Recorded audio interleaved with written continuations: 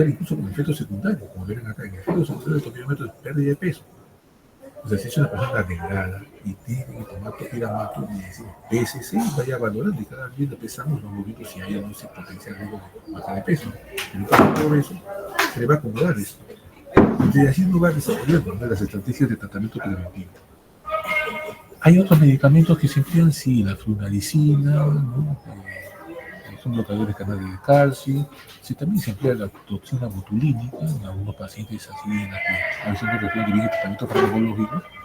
Y hay otros estudios que se le han achacado, ¿no?, el tratamiento preventivo durante varios meses. Aunque no hay una adecuada respuesta, se pone a consideración, ¿no? Fluoxetina es uno de los antidepresivos de la recargación de serotonina que sí también hay experiencia, pero la tendencia es usar quizás aquellos que han tenido mucha efectividad. La efectividad mucho más, tiene más historia, ¿no?, antecedentes de buena respuesta, ¿no? Con respecto a fluoxetina, que también se ha empleado, pero digamos la experiencia menos porque se inventó este producto muchos años después de metiltriptilina. La cefalea tensional, una cefalea más bien es de otro tipo, o sea, no es unilateral, no es semicraneal, tiene varias posibilidades de presentación, como un casco, siente el paciente un casco de motociclista, por ejemplo, o a veces como una especie de banda, ¿no? Como si puse uno una vincha alrededor de la cabeza y lo siente que lo aprieta, o lo presiona, o le pesa, son unas manifestaciones que el paciente a veces puede relatar, o uno le ayuda, cuando tengo un dolor de cabeza, no lo puede describir, ya, entonces uno dice, le late como corazón o le aprieta como gorro, así me aprieta la pulsa. Entonces, eso es. Como dice acá, el dolor es opresivo. De moderada intensidad, puede ser también muy intenso y también se puede convertir en náusea vómito, entonces sí, pero eso también es. Ahora es cierto, si la persona pues tiene 80 años y debuta con una cefalea tensional, bueno, hay que ver por qué ocurre. Pero a veces, como dice acá, última renglón, ¿no? Dependiendo de la edad, la arteritis de la temporalidad, por ejemplo, lo que está en la región temporal, es el dato claro, no es el caso, no es occipital, no es multifocal, o sea, incluso el cefalea tensional puede ser así, le dice la frente, ahora le toca la parte posterior, la nuca, ahora da un costado, mañana es otro costado, entonces cuando es multifocal es tensional, de todas maneras. ¿Y cuál es la causa de la cefalea tensional? Cuestión postural, es decir, los músculos que dan la cabeza, el cráneo, cuello y hombros. La mala postura da lugar a que esos músculos a la larga se cansan. Como siempre a veces les digo yo a los pacientes, en este mundo los músculos se tienden a cansar, ya sea haciendo ejercicio o en una postura. Por eso el dolor es un mecanismo de auxilio, que nos ayuda a decir, acá nomás. Entonces eso es lo que ocurre. Y la otra posibilidad es las personas que están viendo que situaciones estresantes, tensas, problemas. Entonces, rápidamente el subconsciente así que contrae mis músculos y se cansa y genera el dolor de peso tensional. Para la migraña también hay desencadenantes. Hay sustancias de alimentos que a veces pueden desencadenar migraña. Entonces las personas reconocen que al consumir chocolates, al consumir estos productos que contienen los chicos, que es el cigarro, o consumir embutidos, o consumir quesos, o consumir vino o licor, alcohol, también desencadena la migraña, pero más que sea la sustancia del queso, ¿no?, que es la leche, o el vino, que es el alcohol, son dos las sustancias que permiten preservar estos alimentos. O sea, un queso no va a durar pues, 2 semanas. Si ese no le coloca estas sustancias que le ponen aquí para que estén ofrecidos en los mercados, ¿no? Esas sustancias que son preservantes son las sustancias que desencadenan la migraña. Y el paciente comienza a reconocer, ¿no?, y tratar de evitarlas para mejorar la calidad de vida. Y cefalea tensional, el tratamiento suele ser dar relajantes musculares y antiinflamatorios, analgésicos, ¿no?, que ayudan bastante y explicando de la causalidad de eso. El paciente ya lo comprende, va a implementar mejor su tema y va a mejorar. Número uno, cuando son crónicos, porque existe cefalea crónica, generalmente se le envía también a que se le haga terapia física, ¿no?, masajes, aplicaciones de biofísica. Ahora, tenemos aquí algunas cefaleas, digamos, de origen secundario, porque es cierto, hay una causa, ¿no?, ya les dije que puede ser infeccioso, tumoral, autoinmune, reumatológico, como en este caso, artritis de la temporal. hay un dato claro, si hay dolor en la región temporal, uno cuando lo examina, se palpa la arteria temporal, ¿verdad? Ese es un elemento. Y tiene que ser personas pues mayores. No es un joven de 30 años, es imposible. Pero una persona de 60, 70, 80, si tiene dolor unilateral temporal y se le palpa la arteria, es el paciente que posiblemente tiene una arteritis. Puede haber complicaciones si no la tratamos. Entonces, hay una claudicación mandibular, siente un cansancio en la mandíbula donde está masticando, ese es un dato así de anamnesis. Y cuando uno observa que también puede haber problemas reumáticos, también sustenta la sospecha clínica, porque es clínica. El diagnóstico definitivo es haciendo una biopsia de la arteria temporal, de la arteritis, donde se encuentran células de arteritis, ¿no? Ese diagnóstico así inobjetable, pero es con biopsia. Usualmente ahora probar una biopsia en paciente a veces es poco práctico, ¿no? Paciente de edad. Entonces lo que se pide es una velocidad de sedimentación globular que si está alta y con la sospecha clínica le damos el tratamiento. No voy a esperar a programar una biopsia que puede ser entre 1 mes o 2 meses. ¿Cuál es el tratamiento? Serán corticoides. Usamos generalmente prednisona a 1 miligramo por kilo de peso, ¿no? ¿Cuál es el riesgo si no actuamos? Este paciente puede tener pérdida de la agudeza visual, puede quedarse incluso ciego. Por eso es importante. Luego tenemos lo que se llama diplatinoma intracraneana benigna. Entonces, lo que llamaban antiguamente el pseudotumor cerebral. Lo que pasa es que el paciente tiene que ver en la cabeza. Uno le examina y ve el fondo de ojo, papiledema. Y uno se asusta. Ajá, papiledema, lesión expansiva dentro del cerebro, algo está presionando el nervio óptico, se desmatiza, se hace una tomografía para ver el tumor. Si hace la tomografía, no hay nada. Incluso puede estar un poco, quizás con los surcos cerebrales algo borrados. Entonces, no hay hidrocefalia, ¿no? Entonces, este paciente puede tener lo que se llama hipertonía lograda benigna. Se toma la presión intracraneana, a ver, pues una punción lumbar, medir con manometría y se encuentra. Entonces, estos estudios permiten, como dice acá, una imagen, pero si aumenta la presión, ¿no? Esa diferencia de una hidrocefalia con alta presión, porque tengo un paro cerebral y toda la presión, el cefalorraquídeo está alta, tenemos la presión, es diferente. Y en este caso, todo es normal, sin embargo, la presión está alta. ¿Cuáles son las génesis? Se cree que es una falla de la absorción de los corpúsculos de campeones. Se piensa. Hay que tratarlo, porque si el paciente también va a tener un daño visual. Se ve, entonces hay que descomprimir a veces. Bueno, pero inicialmente se puede dar acetazolamina, que estamos odiando, ¿no? Es un diurético, ¿no? Y ayuda también a veces en algunos casos a hacer una función defensiva. Si no, tendremos que recurrir al neurocirujano para evitar que afecte la presión sobre los ojos. También es cierto que cuando un paciente le hace incluso una anestesia y la ponen epidural y le aplica la punción lumbar, el paciente puede tener una secuela post-punción lumbar.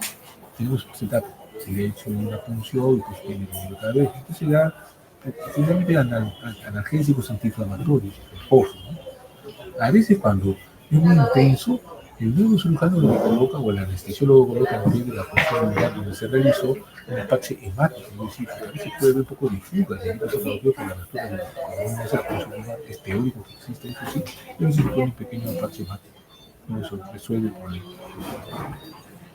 Seguimos avanzando, ya hemos hablado de la migraña, y el tratamiento con los cristales, eso vamos a ir avanzando, la cefalea tensional y el analgésico, el relajante muscular y la cefalea en racimos, que es un particular dolor de cabeza que es así, y viene en brotes, dura poco y se acompaña de infección conjuntival, rinorrea, de un solo lado. Entonces el dato clave es ese. A veces son pacientes que se pegan a la madrugada, no tengo un dolor que me agarra al lado derecho, pero se me tapa la nariz, no puedo repeler ese lado y incluso me sale el aireamiento. Entonces ahí el tratamiento el diagnóstico es clínico, no existe el examen de laboratorio y el tratamiento final es darle oxígeno alto flujo y ocasionalmente también dar triptano, el oxígeno le va a ayudar a hacer. Ahora, tenemos otros tratamientos que han aparecido en los últimos 5 a 10 años. En 5 años, realmente, incluso dando, son costosos, son medicamentos que son usados como anticuerpos monoclonales para la migraña. Acá tenemos 4 que están ya, se puede decir ya a disponibilidad del público. En nuestro medio todavía no los tenemos, en otros países sí hay, son sumamente costosos, andan reemplazando los triptanos. Entonces, digamos, el mensaje es que el paciente está yendo bien con un triptano y con un antimigrañón, pero con un tratamiento preventivo. Por ejemplo, estoy tomando topiramab y estoy tomando un tratamiento de triptano.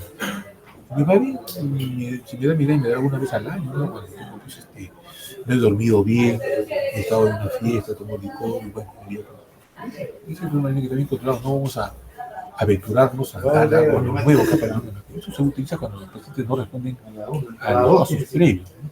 Antiinflamatorios, triptanos, pasamos eso, ¿no? Entonces, y existen, digamos,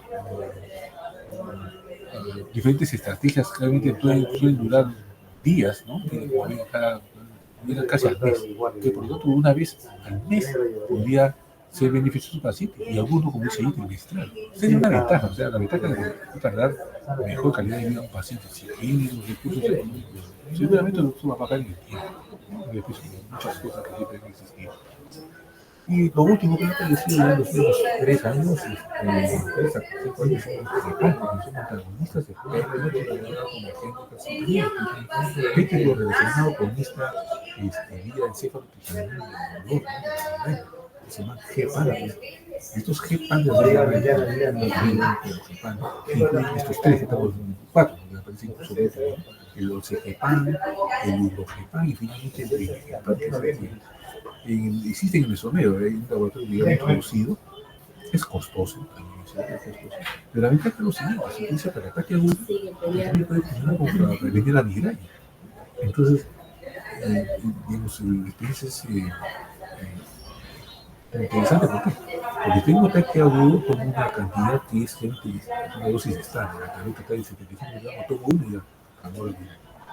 Pero si soy paciente que tengo 20 episodios al mes, entonces debo tomar 2 días nada más. Y con eso reduce pues, la frecuencia de tener migraña y viene y nada más. En vez de estar tomando tratamiento con un topiramato, o sea, antipilético como preventivo todos los días, porque tenemos todos los días, tenemos 3 meses por demás.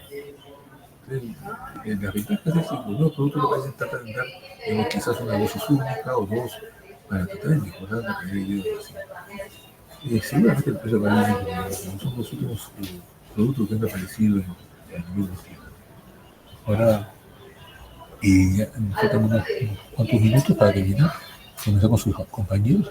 Pero a veces puede ocurrir que el paciente tiene también una migraña y viene en emergencia, entonces uno se asusta, ¿qué pasa? Entonces siempre tenemos que descartarlo estructural. Si tenemos dudas, hagamos una neuroimagen. Y de las neuroimágenes no hagamos tomografía porque salvo que el paciente tiene una hemiplegia o está en coma, pues que sería inusual, ya no es migraña, no es otra cosa neurológica.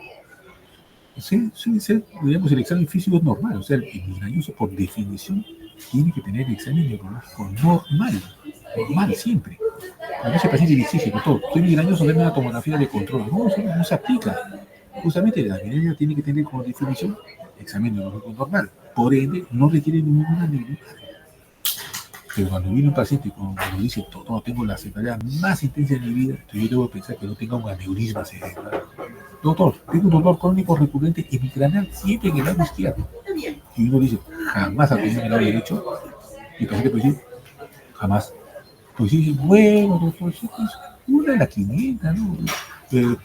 Una en un año, ¿no? Las demás siempre son del lado izquierdo, pero una derecha, es una lana, ¿no? Este es alternante, es migraña. Pero si me dicen, no, doctor, siempre ha sido ahí desde que tengo usted la razón. No vaya a ser que se nos escape un aneurisma. Entonces, más que pedir una tomografía de cerebro, es mejor pedir una angiotomografía de cerebro o una angioresonancia cerebral, justamente para visualizar esa posibilidad de un aneurisma. Bueno, entonces si el paciente no es aneurisma y es una migraña y está con un dolor intenso, entonces hacemos esta estrategia, ¿no? Le damos frío, para tener náuseas, vómitos, hidratando, a veces son este voluntarios y que por más que le demos la vía oral, no va a tolerarlo. Se le da pues a nivel subcutáneo y se da el control de las náuseas, ¿no? Como dice estas guías que son de Perú y metoclopramida. Entonces, si no responde, comienzan a haber otras alternativas. Puede dar corticoides, en emergencia se puede dar dexametasona, endovenosa y me mejora la vida. O también se puede hacer un bloqueo a nivel occipital, silocaína con un antiinflamatorio, un corticoide y mejora. Y estas son otras opciones que a veces simplemente se pueden emplear, pero no es de uso práctico, ¿no? Se puede usar el soporte porque sí existe endovenoso, pero no hay mucha experiencia. Y acá tenemos para, como comentario, esas cefalías seminoautonómicas, es decir, tenemos esta cefalía en racimos, esa que se llama hemicrania continua, la paroxística, y esta que tiene que ver con descarga adrenérgica, con sudoración, taquicardia. Entonces acá es cuestión de estar viendo la duración, porque realmente la clínica puede ser parecida, ¿no? Por ejemplo, la cena así nos puede durar 3 horas, pero esta tiene que ver con la disautonomía, puede durar segundos, no más, pocos segundos, pero está intenso. Entonces ahí vamos a ya un minuto. Y hay que paciente que tiene todo el día, todas las horas, bueno, entonces este puede ser enfermedad continua. O si tiene pocos minutos, no segundos, no pocos minutos, no puede ser también esta enfermedad paroxística. El tratamiento no es igual, o sea, hay que tener un poco de sospecha de cuál puede ser. Por ejemplo, esta enfermedad continua paroxística le ponen a la endometacina. La que tiene que ver con las cargas disautonómicas se ponen bien con oscarbazepina o gabapentina. Y las plantas hacemos con los triptanos. Estamos acá en el alimentos son rápidos, entonces uno dice bien. Ahora, las abuelas que no fueran, entiendo que igual justamente ese mensaje de la nación para la emergencia. ¿Qué más se falla? Una amenaza, vómitos, antecedentes familiares, familia de así, puede ser. Pero hay síntomas de alarma, porque a veces un paciente migratorio puede tener otra condición, puede tener tumor cerebral.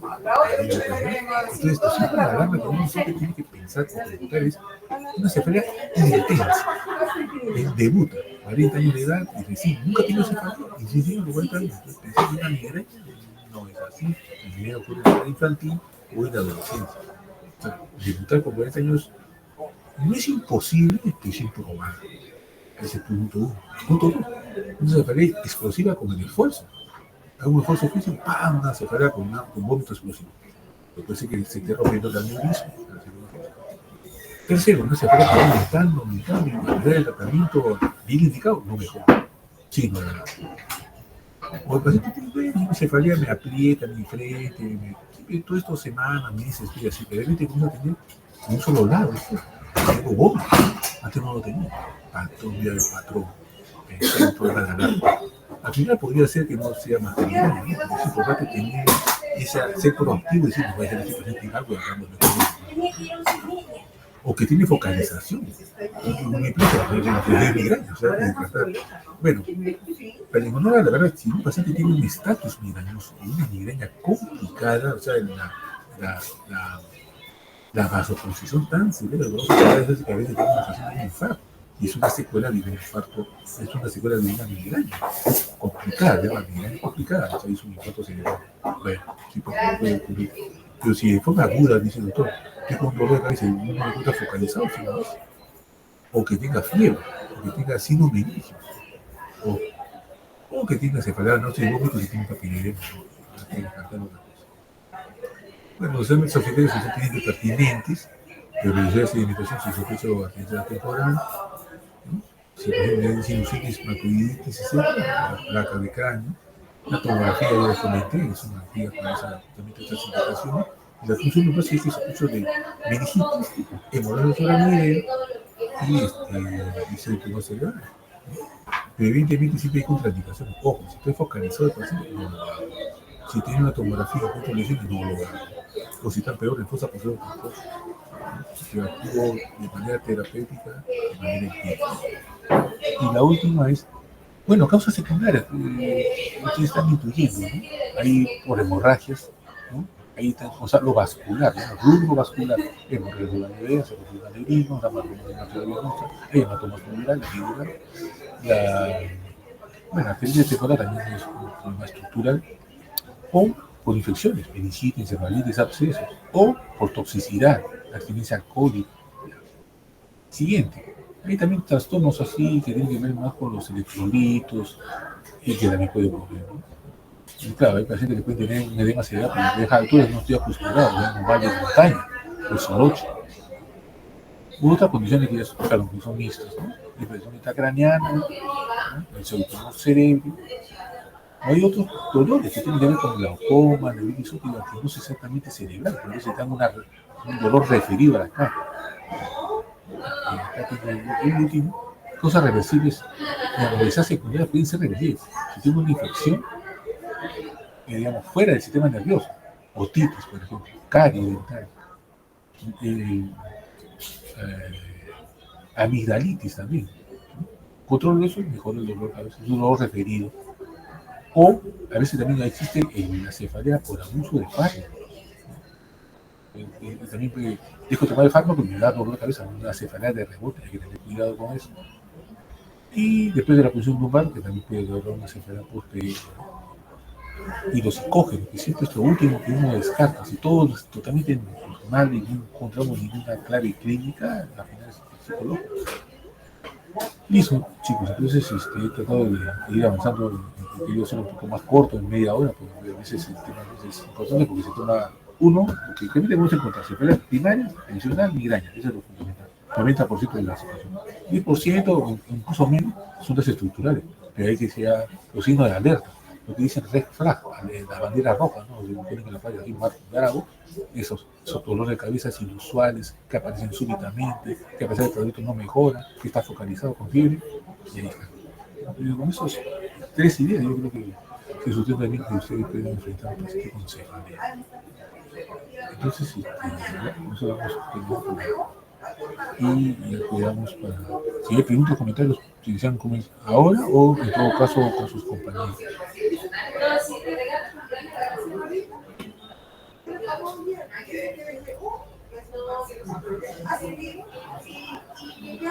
Muy agradecido, entonces pasamos a sus compañeros para su seminario.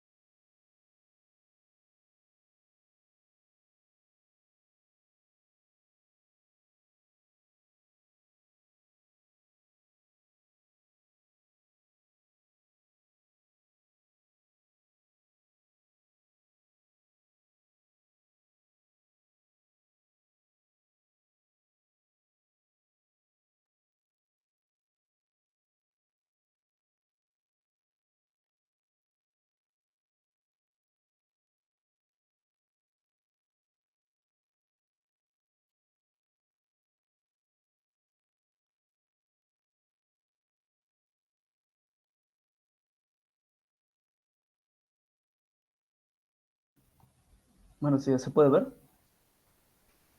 Sí. Sí, perfecto. Buenos días, doctor y compañeros. Hoy mis compañeros Leonardo Mendoza, Brenda Acuña y el que les habla Sebastián Vargas les vamos a hablar sobre enfermedades vasculares del sistema nervioso central.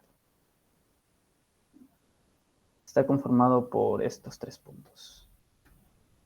Empezamos por accidente cerebrovascular. ¿Qué es un accidente cerebrovascular? Este es un ataque cerebral que sucede cuando se detiene el flujo sanguíneo a una parte del cerebro. Al no poder recibir el oxígeno y nutrientes necesarios, las células cerebrales comienzan a morir en minutos. Esto causa un daño severo al cerebro y una discapacidad permanente e incluso la muerte, en algunos casos, si no se trata bien. En etimología vemos que accidente significa evento súbito inesperado, cerebro es la localización principal y vascular es el origen en vasos sanguíneos. En los tipos de principalmente vemos el isquémico y el hemorrágico. El isquémico viene del griego ischos, de tener, y haima, de sangre, el cual es una obstrucción del flujo sanguíneo cerebral. En el caso del hemorrágico vemos que del griego haima es sangre y ragia ruptura. Significa extravasación sanguínea en parénquima o espacio subaracnoideo por una ruptura vascular. Empezamos por el ACV isquémico. Empezamos por los diferentes tipos de ACV isquémico que pueden haber y vamos a hablar de diferentes causas. Empezamos por el ACV isquémico trombótico. Este ocurre cuando un trombo, un coágulo, obstruye progresivamente una arteria cerebral, casi siempre sobre una placa aterosclerótica. Esta aterosclerosis daña el endotelio, forma la placa, activa la coagulación y esto produce una trombosis o una oclusión del vaso. Los vasos afectados son mayormente grandes arterias extracraneales como la carótida interna o intracraneales como la cerebral media o la basilar. En caso del embólico, este es producido por un émbolo, un material que viaja desde otra parte del cuerpo, que migra y obstruye bruscamente la arteria cerebral. Este tiene diferentes tipos de orígenes cardíacos, de los embolos, como cardiogénicos, que son los más comunes, como la fibrilación auricular, el infarto de miocardio agudo reciente, las valvulopatías y la endocarditis. O también por arteriales, como el desprendimiento de trombos de placas carotidias o aórticas, entre otros. En el caso de lacunar, son infartos pequeños de menos de 15 milímetros, causados por una oclusión de la arteria perforantes profundas, las cuales son las ramas de la arteria media basilar cerebral posterior. Principalmente son típicamente asociados a hipertensión arterial y diabetes. Su localización típica son los ganglios basales, la cápsula interna, el tálamo y protuberancias. Entre otros, también podemos ver la disección arterial, los estados de hipercoagulabilidad, la vasculitis, drogas, como las cocaínas, anfetaminas, también entre otros. En el caso de la fisiopatología del ACV isquémico, vemos que este empieza por una interrupción del flujo sanguíneo cerebral, lo que provoca una caída del aporte de oxígeno y la glucosa. A los pocos segundos existe una falla energética, un cese de la bomba sodio-potasio TPasa, lo que provoca un edema citotóxico. Esto puede seguir con la liberación de glutamato y la entrada de calcio, lo que provoca un fenómeno de excitotoxicidad neuronal, lo que finalmente puede llevar a una lesión irreversible, también llamada apoptosis o necrosis. Ya que se forma el núcleo isquémico, es un infarto irreversible que rodea la penumbra isquémica, un tejido viable donde aún puede, bueno, penumbra es que rodea el núcleo y ese es cuando aún es salvable, pero con el tiempo se extiende el daño y si no se restablece el flujo, provocando ahí sí una apoptosis. En la clínica vemos que los síntomas focales según el territorio afectado son hemiparesia, hemiplegia contralateral, la afasia, hemianopsia homónima, el déficit sensitivo contralateral y las alteraciones en la coordinación. Esto puede progresar en minutos o en horas. Aquí vemos una escala de Cincinnati para el ACV en el ámbito prehospitalario. Hay tres tipos, en el cuadro clínico hay tres síntomas principales, como la caída facial, donde es normal que un paciente presente a ambos lados de la cara se muevan por igual. Sin embargo, cuando es anormal, un lado no se mueve tan bien como el otro. La deriva de brazo, en el cual es normal que ambos brazos se muevan por igual, no se mueve ninguno, o ninguno se mueve. En cambio, es normal cuando un brazo no se mueve o desciende en comparación con el otro. Y luego está el habla normal, como ya hemos dicho al paciente. Cuando se le pide al paciente que diga, no se le puede enseñar trucos nuevos a un perro viejo, el paciente normalmente usa palabras correctas sin arrastrarlas. En cambio, si el paciente arrastra las palabras, usa palabras incorrectas o es incapaz de hablar, eso sería algo anormal. Si uno de estos tres signos es anormal, la probabilidad de un ACV es del 72%. Seguimos con el diagnóstico. En el caso del ACV hemorrágico, el ACV isquémico, en este caso, se necesitaría una tomografía sin contraste del cerebro. Esto permite confirmar el diagnóstico, precisar la localización del daño y el pronóstico y establecer un plan de tratamiento inicial. Puede ser normal las primeras horas, luego hay una presencia de hipodensidad. Luego, después de eso, haríamos una resonancia celular. Es más sensible en isquemia aguda en estos casos. Una angiografía cerebral, un angio-TC, un angio-resonancia. Estos evalúan vasos, estenosis, aneurismas y malformaciones. Y finalmente un electrocardiograma y una ecocardiografía, donde se espera una búsqueda de fuente cardioembólica. Los exámenes auxiliares tendríamos la glicemia, el recuento globular, la velocidad de sedimentación, las pruebas de coagulación, electrolitos plasmáticos y creatinina o uremia. En el tratamiento, las medidas iniciales serían una vía de aérea, oxigenación, un control de la presión arterial sin bajar excesivamente, una glucosa y mantener estable la glucosa y la temperatura. Luego iniciaríamos la terapia de reperfusión. Iniciamos con una trombólisis con alteplasa dentro de las 4 o 5 horas si no hay contradicción. Una trombectomía mecánica hasta 6 horas. Y se espera para una prevención secundaria aplicarle antiagregantes como aspirina y clopidogrel, realizar una anticoagulación y control de factores de riesgo que ya hemos mencionado antes: hipertensión, diabetes, dislipidemia y tabaquismo. Continuamos con el ACV hemorrágico. Este se divide principalmente en dos tipos: la hemorragia intracerebral o intraparenquimal y la hemorragia subaracnoidea. En el caso de la subaracnoidea es cuando la hemorragia ocurre en el espacio subaracnoideo, en este espacio. Aquí vemos. En cambio, en el intraparenquimal o intracerebral ocurre dentro de la zona del cerebro. En la fisiopatología vemos que ocurre una ruptura del vaso cerebral, el cual es una extravasación sanguínea al parénquima o espacio subaracnoideo en ambos casos. El volumen de sangre genera efectos de masa, lo que se produce como una compresión del tejido y desplazamiento y en riesgo de herniación. Puede provocar eso. La sangre entra en contacto con el parénquima, activa la cascada inflamatoria y daño oxidativo. Esto puede provocar un edema, perihematoma. En el caso de la hemorragia subaracnoidea, la sangre en el espacio subaracnoidea incluso induce vasoespasmos. Esta es una isquemia secundaria. Y si hay un aumento de la presión intracraneal, esto disminuye la perfusión cerebral y provoca un círculo vicioso del daño neuronal. Seguimos con la hemorragia intracerebral. Como ya hemos dicho, es una extravasación de sangre dentro del parénquima cerebral. En la etiología presenta hipertensión crónica, puede provocarse por aneurismas de Charcot-Boutte en ganglios basales, tálamo, tronco, cerebelo.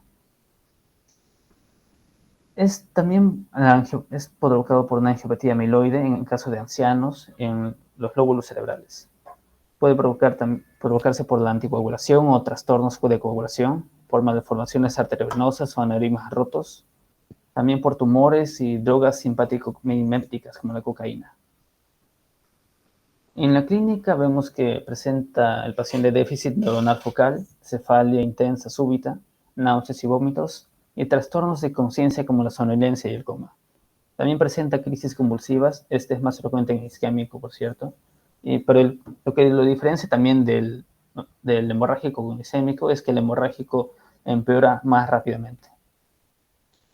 El diagnóstico se recomienda la obtención rápida de exploraciones de neuroimagen con tomografía o resonancia, ya que este progresa más rápido. Igual que en el isquémico, se realiza una tomografía sin contraste. Este diagnóstico debe ser rápido porque muestra también una lesión hiperdensa en parénquima cerebral desde el inicio. Se evalúa la localización, el volumen, extensión a ventrículos, efectos en masa y edema. En el caso de la resonancia, es útil más en fases subagudas y crónicas para caracterizar mejor el hematoma. Permite también sospechar de causas secundarias como tumor, malformación vascular, angiopatía amiloide, etc. También se realiza una angio-TC cerebral. Este detecta malformaciones arteriovenosas, aneurismas o el SPOT-SYN, que es una extravasación activa de contraste, un predictor de expresión del hematoma. Para el tratamiento, primero se empieza con el manejo inicial, igual, un soporte vital, vía aérea, ventilación, oxigenación, lo que necesite. Se realiza un control estricto de la presión arterial. Se espera que la presión arterial sistólica esté alrededor de 140. Se maneja la hipertensión endocraniana. La cabecera debe estar levantada a un 30 grados. Se le administra manitol o solución salina hipertónica en casos graves. Se debe evitar la hiperventilación prolongada. Como medidas específicas, se le suspende o revierte la anticoagulación o antiagregación. En algunos casos se le puede realizar neurocirugía. Una evacuación quirúrgica si el hematoma cerebroso es mayor a 3 centímetros con deterioro. Hematomas lobales grandes con efecto de masa. El tratamiento médico intensivo también se puede realizar. Un control de glucemia, temperatura, profilaxis anticonvulsiva solo si hay crisis. O en algunos casos el cuidado es en UCI y neurología. Seguimos con la hemorragia subaracnoidea. Esta es la salida de sangre por rotura de una arteria o vena del lecho capilar en el espacio subaracnoideo. En las causas podemos ver que puede ser por una ruptura del aneurisma vascular, el aneurisma de Berry, malformaciones vasculares o traumas. En la clínica vemos que presenta cefalea brusca, intensa, náuseas y vómitos, rigidez de nuca, fotofobia y letargia. En el diagnóstico también presenta una tomografía sin contraste. Esta presenta una sensibilidad mayor del 95% en las primeras horas. Muestra una hiperdensidad en cisternas basales, surcos, ventrículos o convexidad cortical. Sin embargo, la sensibilidad puede disminuir de 5 o 7 días. En el caso de la punción lumbar, esta es indicada si la tomografía es negativa, pero hay una sospecha clínica alta. Esta solo debe realizarse si se descarta la hipertensión endocrina significativa. Es para evitar detención. En la punción lumbar lo que se espera encontrar sería una xantocromía. Es un líquido amarillento por la bilirrubina. Esta aparece como unas 6 o 12 horas después. O una presión de apertura del bando. Puede presentar. En el caso de la resonancia magnética, esta es más sensible en fases agudas y crónicas igualmente. Y en el caso de la angioresonancia, esta también es necesaria para la ACV hemorrágico y en la angiografía. Este es un gold estándar para detección y caracterización de aneurismas. Por último, vemos que el tratamiento, el manejo inicial debe ser igual que en hemorragia intracraniana. Se espera un soporte vital, un control de la presión arterial y una prevención de la hipertensión intracraniana. El diagnóstico confirmado con tomografía, si es necesario, una punción lumbar. Las medidas específicas son una prevención del resangrado, el clipaje quirúrgico del aneurisma, una embolización endovascular, la prevención del vasospasmo, a la administración del minibodipino oral o intravenoso, el cual es un bloqueador de calcio. Se mantiene la bulimia adecuada, se espera un manejo de hidrocéfalo agudo, un drenaje ventricular externo si hay compromiso de conciencia y una analgesia y profilaxis anticonvulsiva. Les paso con mi compañero.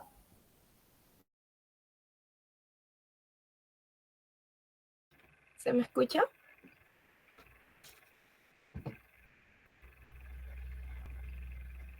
Sí, se me escucha, ¿verdad?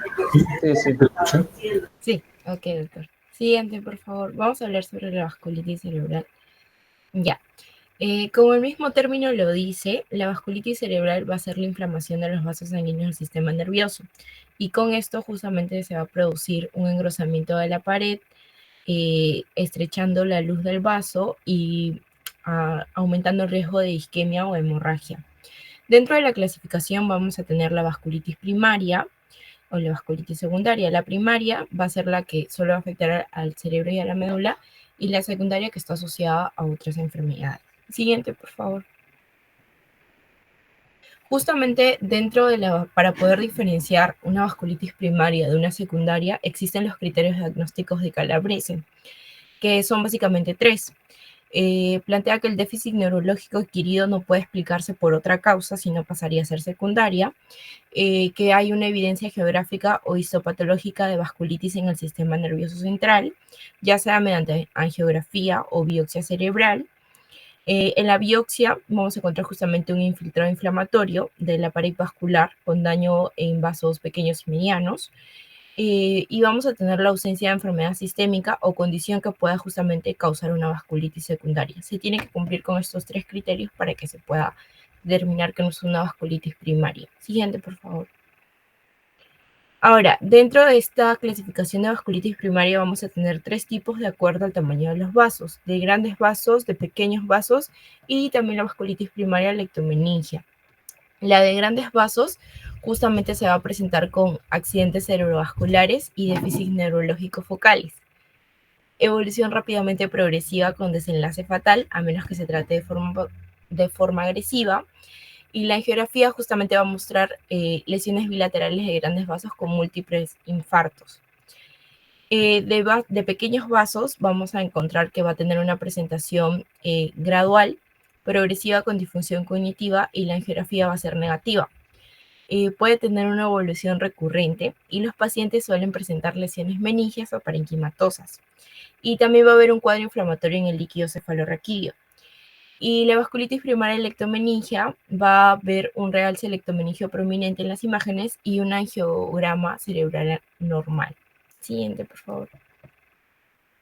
Ahora, dentro de la fisiopatología justamente de la vasculitis cerebral, tenemos que va a haber infiltración de células inflamatorias, que justamente va a poder notarse en la biopsia, donde va a haber presencia de linfocitos y macrófagos, engrosamiento de la capa íntima, destrucción de la lámina elástica, estrechamiento justamente de la luz, trombosis, isquemia y hemorragia.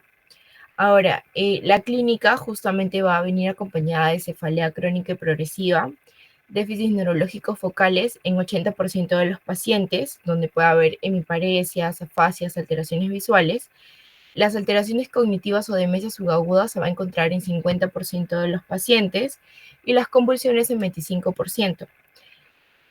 ACV se puede dar justamente en 40% y el ataque isquémico transitorio en 30-50% de los pacientes. Siguiente, por favor. Ahora, para el diagnóstico justamente vamos a tener el laboratorio, va a salir el BCG y el PCR elevado. Si hacemos el líquido cefalorraquídeo, justamente vamos a encontrar una pleocitosis a predominio de linfocitos, una precitosis linfocitaria, proteínas aumentadas y cultivos negativos. Dentro de la resonancia magnética vamos a encontrar lesiones multifocales de distinto tiempo. La angiografía, justamente vamos a tener una estenosis cementaria con patrón en rosario, y en la biopsia cerebral justamente se va a hacer el diagnóstico definitivo, ¿no? En el tratamiento, bueno, no hay un tratamiento consensuado, pero lo que mayormente se usa son los corticoides sistémicos y los inmunosupresores también, y el manejo sintomático. Siguiente. Ahora, como segundo tema tenemos el aneurisma cerebral. Siguiente, por favor. El aneurisma cerebral justamente va a ser una dilatación focal anormal de una arteria cerebral. Más frecuentemente se va a encontrar en la bifurcación del polígono de Willis. La complicación más grave de este aneurisma va a ser que puede romperse y causar una hemorragia subaracnoidea. Dentro de los tipos de acuerdo a su forma vamos a tener el sacular, el fusiforme, el disecante y el micótico. En la epidemiología vamos a tener que es prevalente en el 2 a 5% de la población, y la edad donde se puede producir las roturas entre los 50 a 60 años predominantemente. Los factores de riesgo tenemos la hipertensión, el tabaquismo, el alcohol, antecedentes familiares. La localización más común de estos aneurismas va a ser la arteria comunicante anterior, la posterior, la arteria cerebral media y la bifurcación de la arteria basilar. Siguiente, por favor. Siguiente. Ya, dentro de la clínica va a haber justamente dos, antes de que se dé esa ruptura o posterior. Antes de que se dé la rotura va a haber, puede ser asintomático. De hecho, muchos de los aneurismas que se encuentran son encontrados de forma incidental, o síntomas y también puede dar síntomas compresivos, como parálisis de nervios craneales o cefalea crónica. Si es que ya se pasa a romper este aneurisma, va a dar una cefalea súbita intensa, vómitos, rigidez de nuca, pérdida de conciencia y puede haber convulsiones. Dentro de las complicaciones puede haber vasoespasmo, hidrocefalia y riesgo de resangrado. En el diagnóstico vamos a tener que justamente vamos a necesitar la tomografía sin contraste para poder detectar la hemorragia subaracnoidea. En la punción lumbar es necesaria justamente para evaluar si es que hay presencia de xantocromía. En la angiografía cerebral va a permitir justamente hacer la prueba estándar de oro, y la angiotomografía o angioresonancia son unas alternativas menos invasivas, ¿no? Siguiente. Ahora, el tratamiento, las medidas generales va a ser reposo, control de la presión arterial, analgesia, nimodipino para el vasoespasmo. El tratamiento definitivo es el clipado quirúrgico, la embolización endovascular y el tratamiento de complicaciones. El pronóstico, la mortalidad post-ruptura es bastante alta, del 30 al 50%, y las secuelas neurológicas son permanentes en el 30% de los sobrevivientes. El pronóstico mejora con un tratamiento precoz. Siguiente, por favor.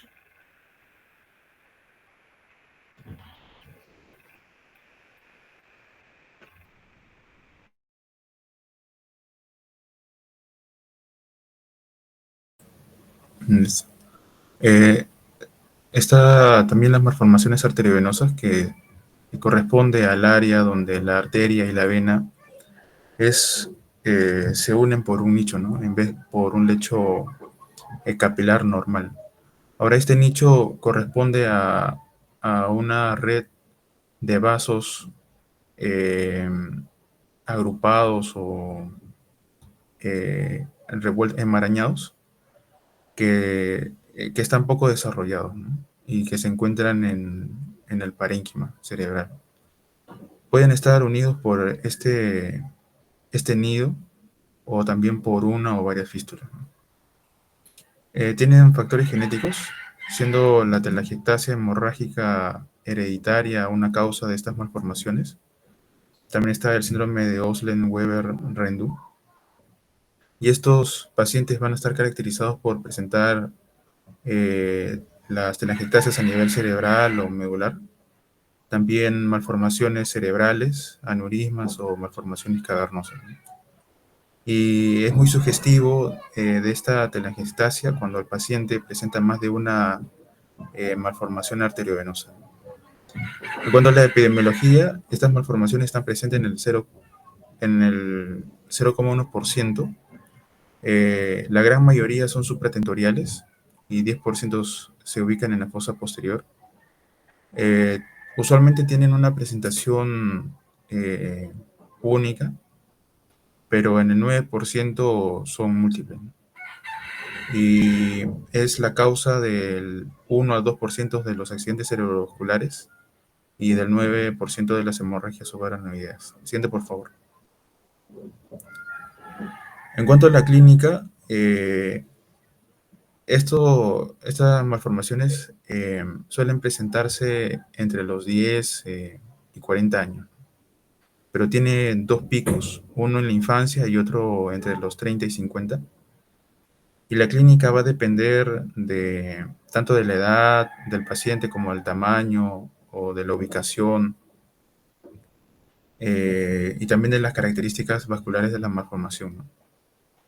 En 40 al 60% de los casos se presenta hemorragia intracraneal, que frecuentemente es a nivel del parénquima, pero cuando son superficiales puede estar a nivel subaracnoideo, ¿no? Y es más frecuente tener una hemorragia intracraneal como una presentación inicial en niños que en adultos, ¿no?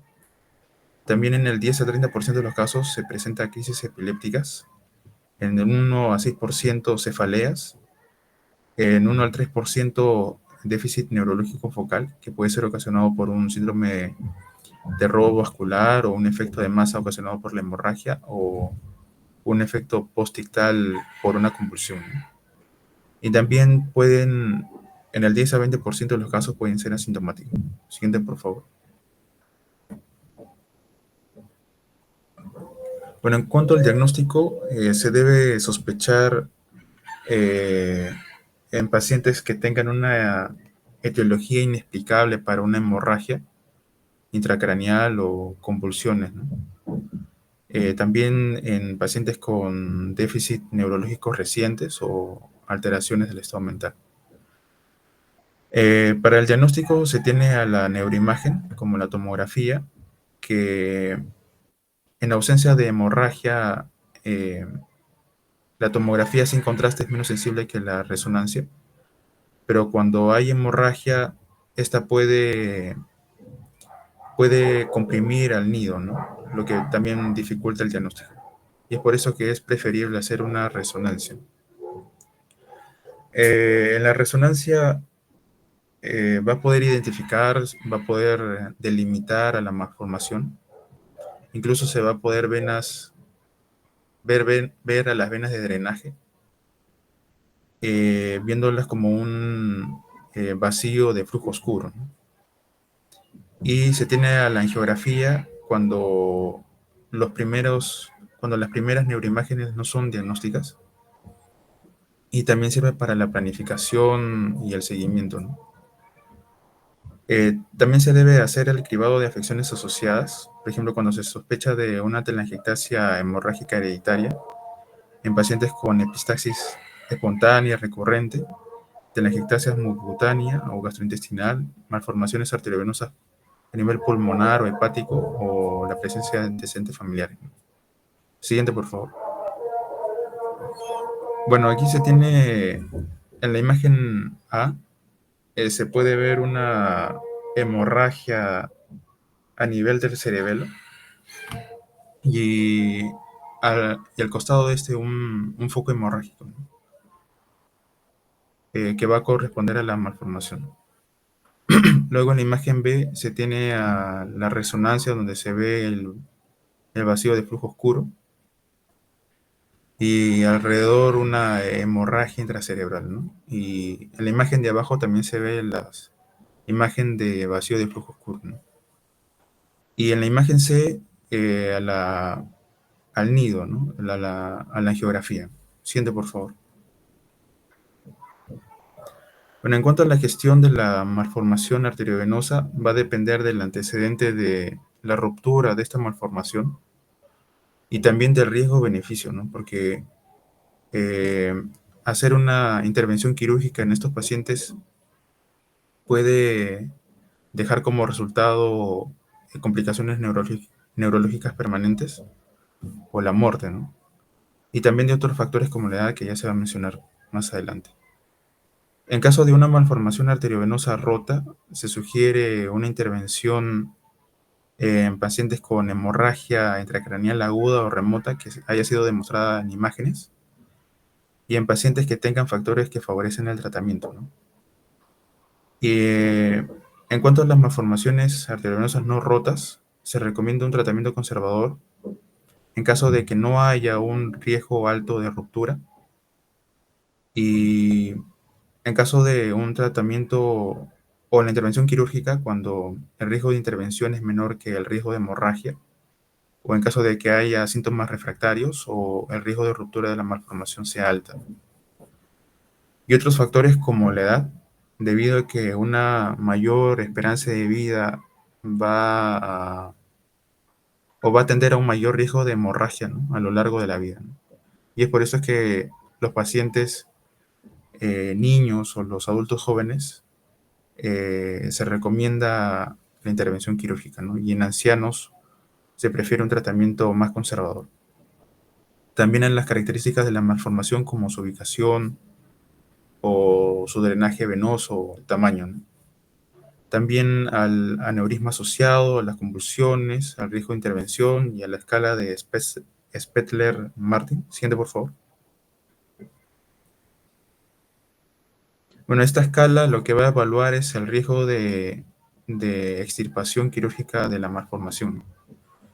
Tiene en cuenta el tamaño, la ubicación en un área cerebral elocuente o el drenaje venoso. Si el riesgo es alto, la morbilidad quirúrgica y los defectos neurológicos van a ser también altos. Siguiente, por favor.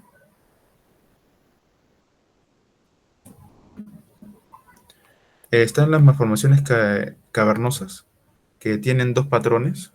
Puede ser un patrón familiar o uno que puede ocurrir de manera esporádica. El patrón familiar es de tipo autosómico dominante y corresponde al 20% de los casos. Son múltiples en la mayoría de los casos y corresponde a una variación en los genes de CSM1, 2 y 3, ¿no? Que va a ocasionar la pérdida de estas proteínas y en consecuencia una alteración en la vía de señalización del endotelio cerebral ocasionando la lesión. Y también está el patrón esporádico que corresponde alrededor del 80%. Suelen ser solitarias y asociadas a una anomalía venosa del desarrollo. Y es considerada también como una lesión adquirida, ¿no? Relacionada a una radioterapia craneal o susceptibilidades genéticas adicionales a las que se presentan en los genes CSM, ¿no? En cuanto a la epidemiología, se presenta en 0,15 a 0,56 por cada 100.000 habitantes. La prevalencia es igual en ambos sexos. Se presenta en una edad media de 30 a 40 años y en mujeres se ve con mayor frecuencia hemorragias y déficits neurológicos. Siguiente, por favor. Bueno, en cuanto a la clínica, va a depender de la localización de la malformación. Si es a nivel supratentorial, se presenta con hemorragia, convulsiones, déficits neurológicos progresivos, que son ocasionados por efecto de masa o secundaria a la microcirculación, o también ocasionado por microhemorragias con depósito de hemosiderina. Y si es a nivel infratentorial, se presenta con hemorragias y déficits neurológicos progresivos. Si la lesión está a nivel del tronco cerebral, también se añade a estos síntomas neuropatías craneales y signos del tracto largo. Siguiente, por favor.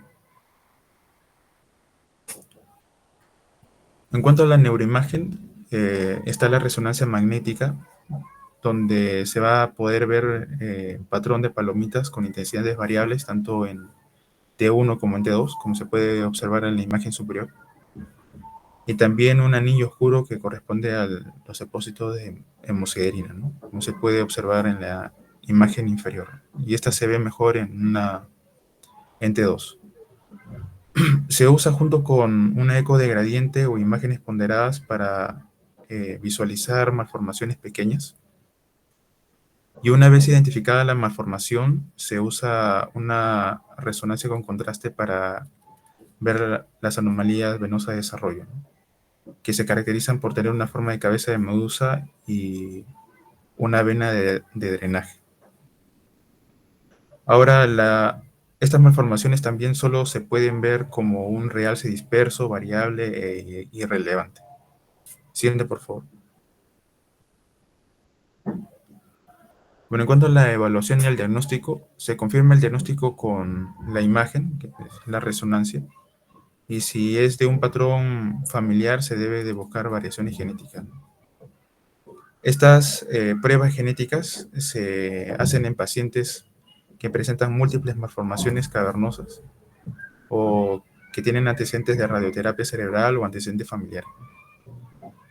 En cuanto al diagnóstico diferencial, están las metástasis, los gliomas, santoastrocitomas pleomorfos, tumores neuroepiteliales polimorfos de bajo grado y microhemorragias cerebrales. Siguiente, por favor. En cuanto a la gestión, si son lesiones asintomáticas, se hace un seguimiento clínico anual por neurología o por neurocirugía. Se hace una resonancia inmediata cuando se presentan síntomas para evaluar una nueva hemorragia o una nueva malformación cavernosa, ¿no?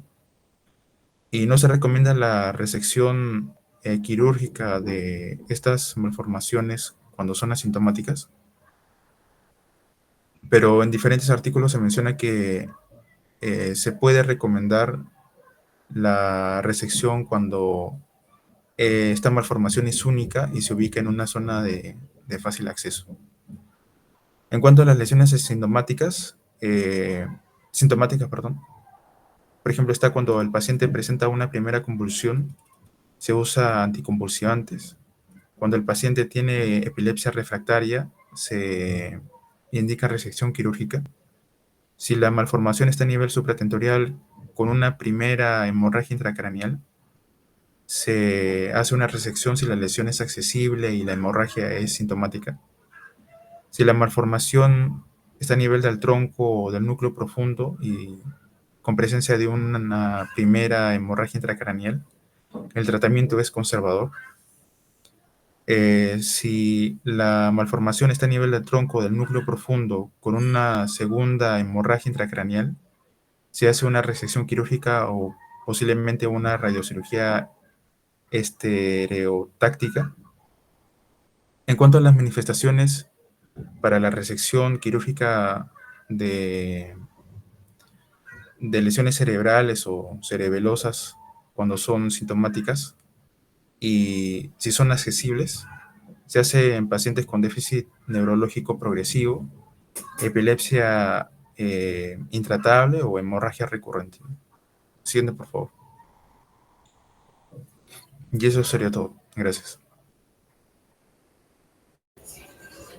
Muchas gracias. Si hubiera alguna pregunta, comentario de sus compañeros acerca de la exposición.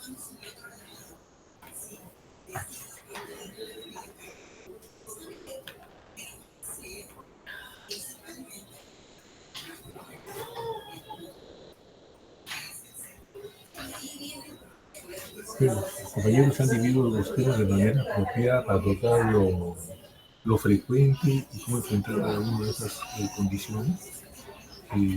Importante que tengan en cuenta el diagnóstico rápido, precoz, 2, las imágenes pertinentes y 3, el empleo del tratamiento, ¿no? Adecuado según estándares de cada una de estas patologías que nuestros compañeros han expuesto. Si no hay preguntas o comentarios, por cuestiones de tiempo, pues agradece la participación de los presentes, agradezco mucho al grupo número 2 por su atención.